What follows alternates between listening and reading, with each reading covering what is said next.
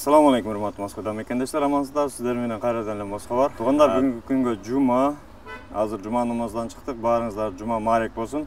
Кылган дуаларыңыздар, кылган ибадаттарыңыздар, кылган жакшылыгыңыздарды Аллах кабыл кылсын. Туугандар, өткөндөгү Крокус Ситиде 7 майда болуп өткөн баяндар боюнча Абдышүкүр ажынын баянындагы чыгарып бериңиз деп көптөрү WhatsApp'тан жазды эле.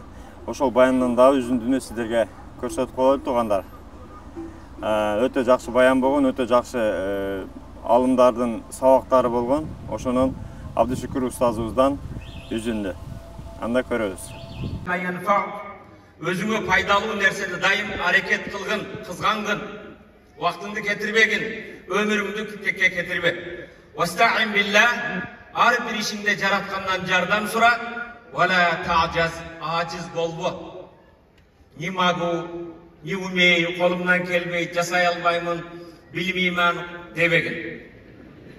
Урматтуу мусулман бир тууганым, Лукман сүрөсүндө Лукман данышман баласына осият кылып, "Я бунайя акимис сала", "Эй балам, намазыңды ар дайым окуп жүр" дейт. Алтын муун, жаркын келечек курабыз десек, урматтуу мекендештерим, келгиле. Намазыбызга бекем бололу. Намаз арабча ас-салат силатун байнал абди ва рабби. Бенде менен Алланын арасындагы байланыш болбосо, эч качан ийгиликке жетпейсиң, бактылуу боло албайсың. Аятулларыбызда Лукман өзүнүн баласына "Ва'мур бил ма'руф", жакшылыкка буйругун. "Ванха анил мункар", туура эмес жамандыктан башкаларды тыйгын. "Wasbir ала ма асабак", жашоодо, турмушта башыңа жеткен кыйынчылыктарга сабыр кылгын. "Инна залика мин азмил умур", албетте чынында бул жогорудагы буйруктар жан үрүп аткара турган буйруктар дейт. Негизги темага келип атабыз. "Вала тусайр хаддака линнас", Лукман баласына, "Эй балам, текебирленип адамдардан жүзүңдү бурба" дейт. Жүзүңдү текебирленип башкалардан бурба. "Вала тамши фил арди мараха", жерде бой көтөрүп текебирленип жүрбөгүн. "Инналлаха ла юхиббу кулла мухталин фахур", албетте чынында Аллах текебир, мактанчак эч кимисин сүйбөйт. Текебирлерди, бой көтөргөн, мактанган адамдарды Аллах сүйбөйт. "Вақсид фи машика", Аллах басканыңда кичипейилдик менен басып жүр. "Вақдуд мин саутик", үнүңдү да кыйкырып көтөрбөгүн. "Инна анкара асвати ла саутил хамир", Аллага эң жагымсыз үн эшектин үнү дейт. Урматтуу мусулман бир тууганым, жогоруда хадис менен баштады. "Ал-муъминул кавийю", күчтүү болгон имандуу, күчсүз имандуудан Аллах Таалага сүйүктүүрөөк, жакшыраак.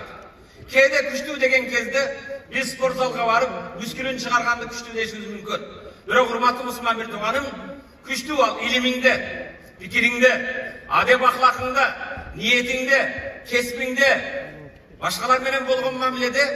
Ошолордон бирөөсү урматтуу мусулман бир тууганым, азыр мен токтоло турган о пайгамбарды сүйгөн пайгамбардын үммөтү, пайгамбар алейхиссалам "Иннама бу'исту ли утаммима макаримил ахлак", мен пайгамбар болуп жөнөтүлүүдөн максат жакшы адеп ахлактарды камыл толуктоо үчүн жөнөтүлдүм дейт. Бул хадиске терең көңүл бура турган болсоң, урматтуу мусулман бир тууганым, адеп ахлак менен иман бири-бирине байланыштуу.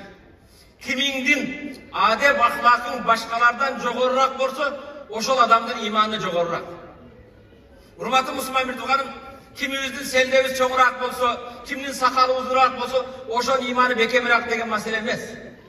Кимдин адеп ахлакы башкалардан жогору болсо, ошол адамдын иманы да башкалардан жогору.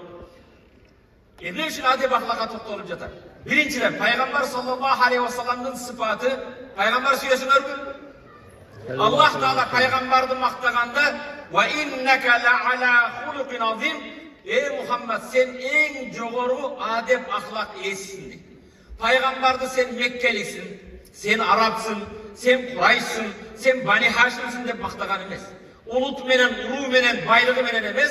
"Ва иннака ла ала хулуқин азим", сен эң жогору адеп ахлак ээсисиң. Сен да мактансаң улутуң менен, Uruğun menen maqtanbastан, adep ahlakın menen maqtansaң bolot. Урматтуу мусулман бир тууганым, Пайгамбарыбыз саллаллаху алейхи вассаламдын адеп ахлакын Айша энебизден келип сураганда, "Кана хулукул Кур'ан", Пайгамбардын мүнөзү Кур'ан эле. Кур'андын буйрган нерсесин аткарат эле, Кур'ан тыйган нерседен тыйылат эле. Экинчиден, эмне үчүн адеп ахлакка токтолдум? Пайгамбарыбыз саллаллаху алейхи вассалам хадисине карап, "Акмалун наси иманан ахсанухум хулукан". Суроо, кимдин иманы толук десе, карап туруп, моğun köynegi uzun eken, moğunun seldesi uzun eken, uşunun imanı köyrek deysin. Peygamber sallallahu aleyhi ve sellem akmelun nas imanen, imanı kamil bolğan, tolluk bolğan adam ahsanuhum ahlakan, kimdin münözü adep ahlak başkalardan жақсырақ bolğanı deydi. Kelingizler hurmatlı Müslüman bir tuğanım, adep ahlakımız oңdoydu. Altın kelecekti kurabız desek. Altın muğun. Adep ahlaksız bola albaysın. Üçüncüler, kıyamet gününde Peygamber sallallahu aleyhi ve sellem'den Abu Darda degen sahaba aytar, "Ma min şeyin asqalu fi mizanil mu'min yevmel kıyame min husnul huluk." Kıyamatta imanlı adamdın tarazasına koyula turgan en ağır nerse, en ağırrak bundan ağır nerse yok deydi. Namaz mı yok? Orozu mı? Umra mı? Sadaka mı? Zekat mı? Yok. Kıyamatta bendenin imanlı adamdın tarazasına koyula turgan en ağır nerse husnul huluk, жақсы adep ahlak deydi. Hurmatlı Müslüman bir tuğanım. Dördüncüler. Peygamber sallallahu aleyhi ve sellem bundaydı. "Ala ukhbirukum bi ahabbikum ilayya ve aqrabukum minni majlisan yawmal qiyamah." Sizlerge aytayım mı? Kıyamatta maga en süyüktü ümmet kim bolot? Jana kıyamatta maga en jakın koşna kim bolorun aytayım mı deydi. Peygamber sallallahu aleyhi ve sellem kıyamatta maga en süyüktüğüngör Kırgızlar, je özbekler, je araplar degen yok. Je karılar degen yok. Je acılar degen yok. Je damalalar degen yok. Peygamber İslam kıyamatta maga en jakınılar ahasinukum ahlakan, kimingerdin adep ahlaklar жақсырақ bolğanlar kıyamatta maga en jakınılar deydi. Dördüncüden, Peygamber sallallahu aleyhi ve sellem'den soradı. Fakat su'ilen Nebi sallallahu aleyhi ve sellem an aksaru ma yudkhilun nasal cennet. Beşki adamlardın kirüsüne en köp sebep bolğan. Belet alganlar mı? Kurmanlık çalganlar mı? Beşki adamlardın kirüsüne en köp sebep bolğan köp umraga baruu mu? Yok. Adamlardın beşke kirüsüne en köp sebep bolğan nerse takvallah, Allah'dan korku, kameradan emes, ustazdan emes, ömür yoldaştan emes, načarlikten emes, Allah'dan korku anın ve husnul huluk, жақсы adep ahlak. Hurmatlı Müslüman bir tuğan, жақсы adebin ahlak bolsa kut bolsun. Beşke kirүүчүлөрдүн негизги себептери сенде var.